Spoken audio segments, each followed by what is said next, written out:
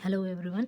आज का हमारा टॉपिक है उत्तराखंड करंट अफेयर से रिलेटेड और ये दिसंबर माह का पार्ट 1 है, दिसंबर माह 2021 का। तो चलिए आज हम देखते हैं कि आज के हमारे टॉपिक में हमारा फर्स्ट टॉपिक क्या है।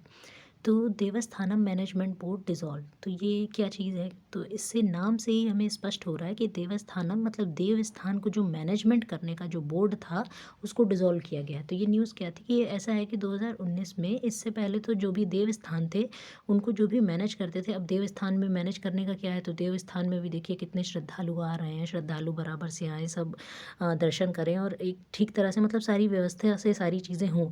तो इस चीज़ को मैनेज करने के लिए ये देवस्थानम मैनेजमेंट बोर्ड, इसको ये पहले क्या होता था कि ये मंदिर के पुजारी ही इसको मैनेज करते थे। लेकिन 2019 में क्या हुआ, सरकार ने निर्णय लिया कि अब जैसे कि श्रद्धालु दिन ब दिन चार धाम की यात्रा के लिए बढ़ते जा रहे हैं, चार धाम में केदारनाथ, बद्रीनाथ, गंगोत्री, यमुनोत्री ये सारे आते हैं। तो दिन ब दिन जब यात्री बढ़ते जा रहे हैं तो सरकार ने कहा कि देखिए ये आप मैनेज नहीं कर पाएंगे, इसको हमें मैनेज करने दीजिए।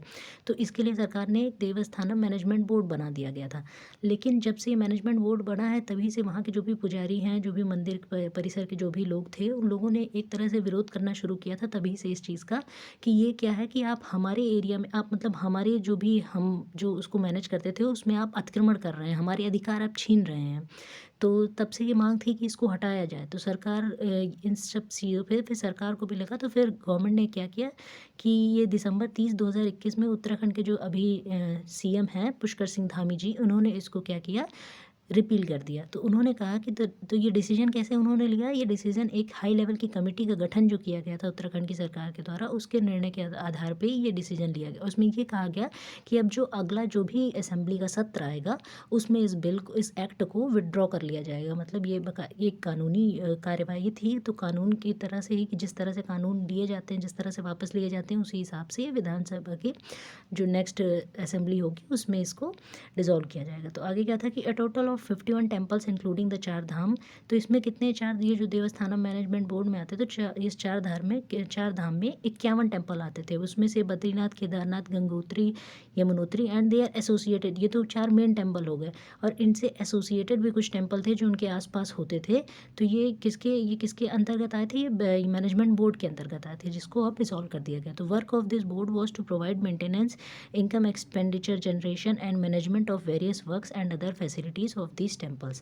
तो ये काम था मैनेजमेंट बोर्ड का। तो अब क्या है, जब इसको रिजॉल्व कर लिया गया, मतलब इसको रिपील कर लिया गया, डिसॉल्व कर दिया गया है, तो जिस तरह से पहले ये होता था उसी हिसाब से इसको आगे भी ये होता रहेगा। तो चलिए अब हम नेक्स्ट अपने टॉपिक की ओर बढ़ते हैं। हमारा नेक्स्ट टॉपिक है late Dheeraj Naithani remembrance state level badminton competition.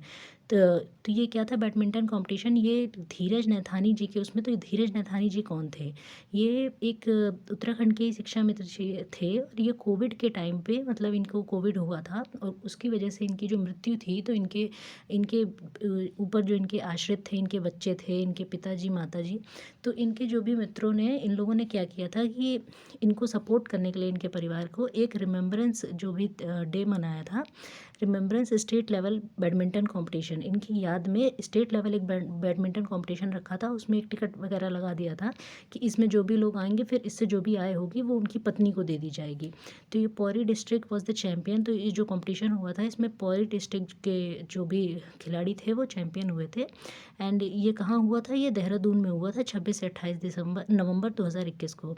तो देहरादून पुअर, और फिर हमारी नेक्स्ट न्यूज़ है Dehradun poor performance in NITI Aayog SDG urban index.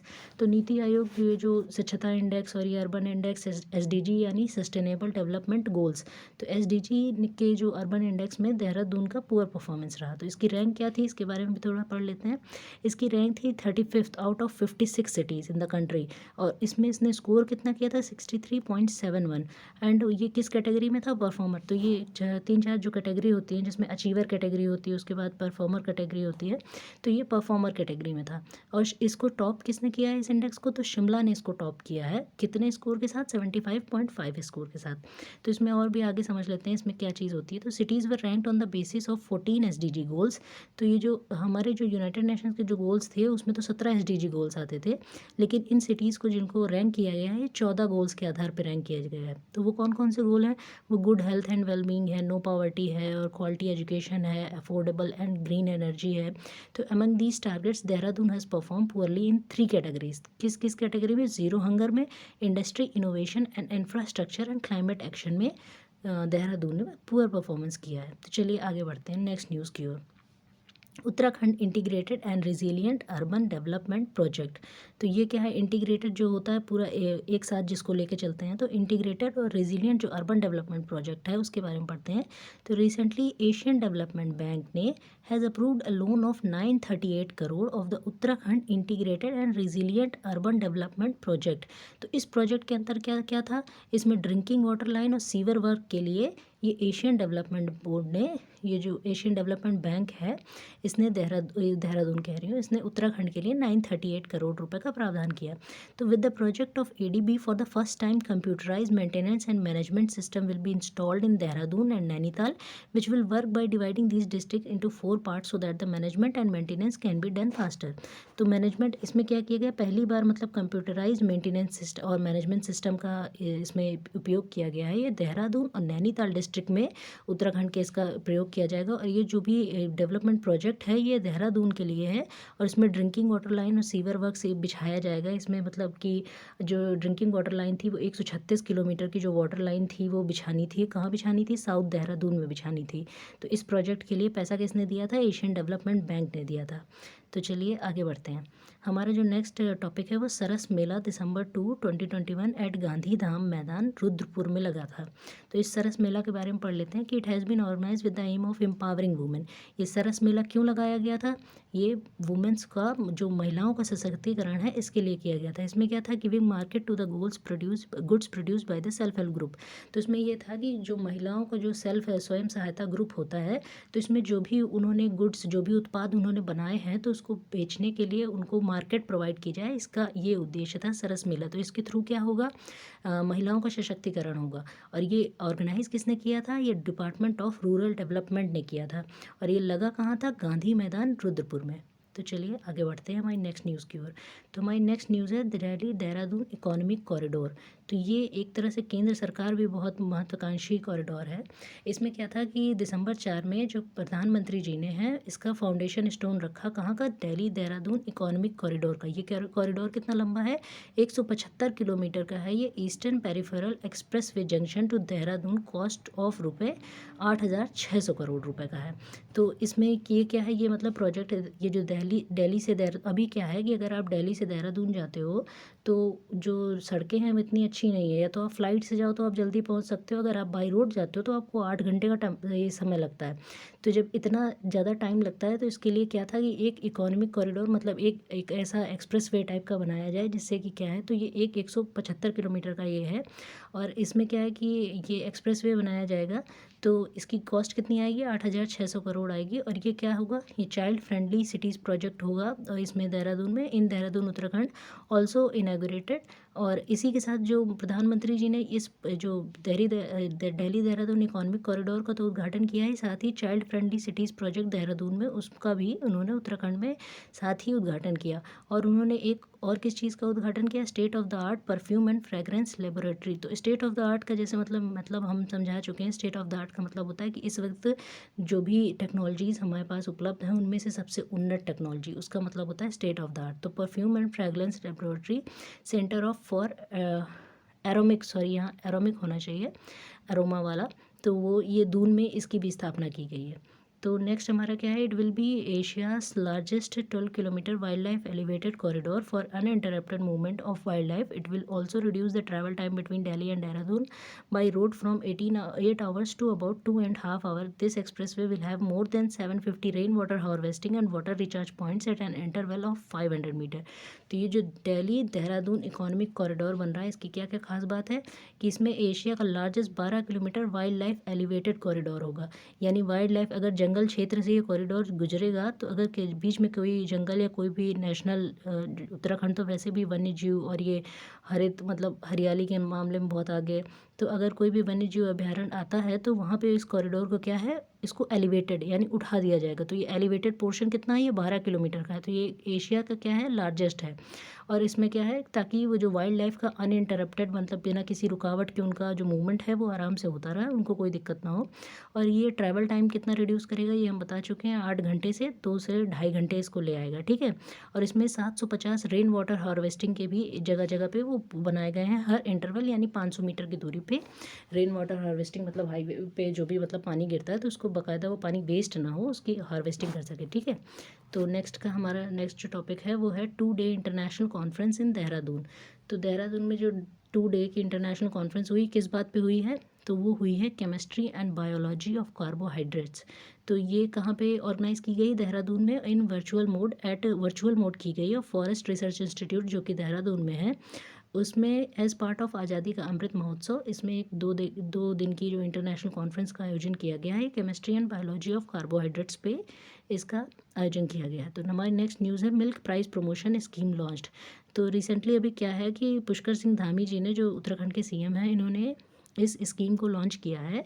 और इसमें अमाउंट ऑफ 1 करोड़ रुपये to milk producers through DBT यानी डायरेक्ट बेनिफिट ट्रांसफ़र के तहत इसमें क्या किया गया है, 1 करोड़ का जो अमाउंट है वो मिल्क प्रोड्यूसर को दिया गया है। और इसमें एक चीज़ और की गई थी कि जो भी मिल्क प्रोड्यूसर जो सेक्रेटरीज़ हैं उसमें इनको जैसे इंसेंटिव प्रदान किया गया है पर लीटर पे। तो कितना इंसेंटिव दिया गया है कि जो प्लेन एरिया होगा उसमें आप 50 पैसे का जो इंसेंटिव है, और जो हिली एरिया होगा उसमें 1 रुपये का इंसेंटिव प्रदान किया गया है। तो इसमें किस लिए कि मिल्क जो है प्रमोशन उसका किया जा सके, ठीक है। फिर हमारी नेक्स्ट न्यूज़ है khadi village industries and tourism Sharadotsav fair. तो खादी विलेज, तो ये दिसंबर 7 2021 को उत्तराखंड के सीएम पुष्कर सिंह धामी जी ने launch the Himvant Kavi Chandra Kunwar Bartwal khadi village industries and tourism Sharadotsav 2021 fair at Chamoli Pokhri में इस जो मेले का उद्घाटन किया गया है, किसके द्वारा, khadi village industries and tourism इसके द्वारा, ठीक है। तो ही declare the Chamoli Pokhari fair as a state fair which organized for 5 days। और तो इसी में क्या निर्णय लिया गया कि चमोली पोखरी का जो मेला लगता है, इसको एक तरह से जो राज्य का मेला, राजकीय मेला, इसको घोषित किया गया है। और ये कितने दिन तक लगता है, 5 दिन तक लगता है। तो आगे की नेक्स्ट न्यूज़ है हमारी inauguration of state level sports Mahakumbh 2021. So on December 8, 2021 it was inaugurated by CM. It has been organized by the Department of Youth Welfare. तो ये जो स्टेट लेवल का जो स्पोर्ट्स का महाकुंभ है, इसको जो इनाग्रेट किया गया है, इसको ये किसके द्वारा, मतलब ये ऑर्गेनाइज किया गया है, या डिपार्टमेंट ऑफ यूथ वेलफेयर के द्वारा ऑर्गेनाइज किया गया है। तो on this occasion CM accepted the long standing demand of PRD jawans. He announced to give 300 day work in a year to PRD jawans and financial assistant of ₹2 lakh to the next of the kin.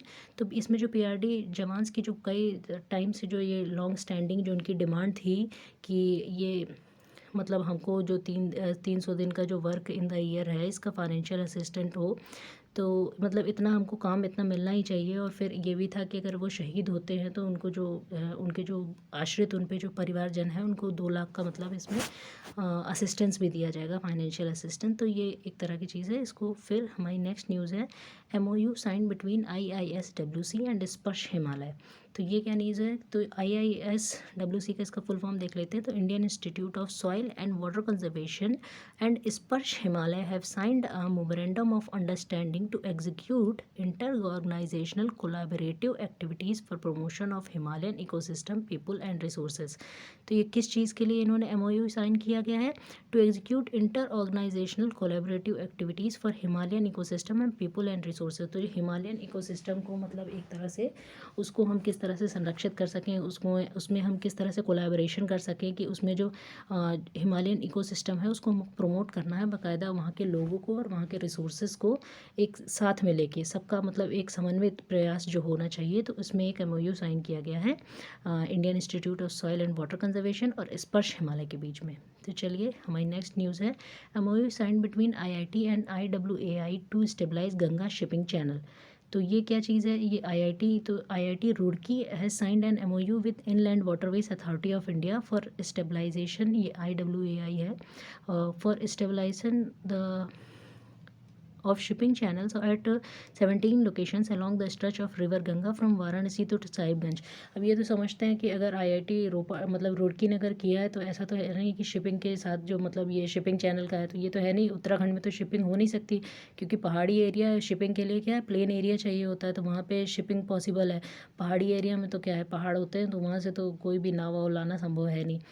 तो ये चीज़ क्या है, ये वाराणसी से साहिबगंज के लिए, जो साहिबगंज हमारा हल्दिया बोर्ड के पास, ये जो हमारा वेस्ट बंगाल में आता है, तो इसके लिए ये इनलैंड वाटरवेज अथॉरिटी के साथ MOU साइन किया गया था। और इसमें क्या किया, it follows an earlier morphological study of the Ganga by the department of civil engineering and institute sponsored by ministry of Jal Shakti. जो डिपार्टमेंट ऑफ सिविल इंजीनियरिंग का है, ये मिनिस्ट्री ऑफ जल शक्ति मतलब इसको स्पॉन्सर करती है।